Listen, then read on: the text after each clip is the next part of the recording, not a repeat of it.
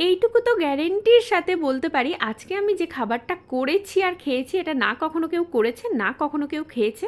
আর এটা খেতে জাস্ট চুমু। নিশ্চয়ই ভাবছো কী এমন খাবার যেটা কেউ কখনো খায়নি।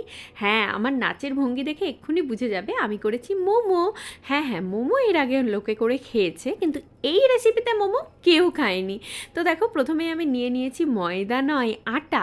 আজকে আটা দিয়ে করব হচ্ছে মোমো, একদমই ঠিক শুনছো। আর ততক্ষণ আমি বসে গেছিলাম একটু মশলাটাও রেডি করতে, যতক্ষণ প্রকাশ আসছিল। আর ও এসে দেখো আমার জন্য নিয়ে এসেছে তরমুজ, আর এটা আমার যে কি প্রিয় কি বলবো। যাই হোক, একটু খেয়ে ফ্রিজে রেখে দিয়েছিলাম ঠান্ডা হতে। তারপরে চলে এসেছি চিকেনটাকে ধুয়ে নিতে। আর দেখো, চিকেনের বনলেস পিসগুলো একদম মিডিয়াম সাইজ ছিল। তারপর টক দইয়ের মধ্যে আদা রসুনটাকে পেস্ট করে নিয়েছি। এখানে লবণ দিলাম, হলুদ দিলাম, ঘি দিলাম পন্ডিতি মেরে, আর দিলাম হচ্ছে পেঁয়াজ আর ওই রসুন আদার পেস্টটা দই দিয়ে। সব কিছু দিয়ে ম্যারিনেট করে নিয়েছি। এবারে বেলবো হচ্ছে লুচি, আর এটা প্রপার লুচি, আটার লুচি।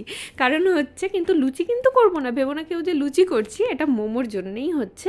ময়দার জায়গায় শুধুমাত্র আমি ইউজ করেছি আটা। আর এখানে দেখো চিকেনটা রেডি করে দিচ্ছিল প্রকাশ, আর ও কিন্তু খুব হেল্পফুল, আমায় ভীষণ হেল্প করে। তো এই হচ্ছে চিকেনের স্টাফিংটা।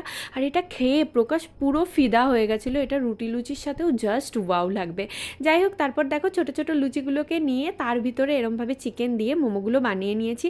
দেখো, প্রপার তো তোমরা চাইবে ময়দার মতোই সাদা ট্রান্সপারেন্ট মোমো দেখতে হবে, সেটা হবে না, কারণ এটা আটার, এটা বুঝতে হবে।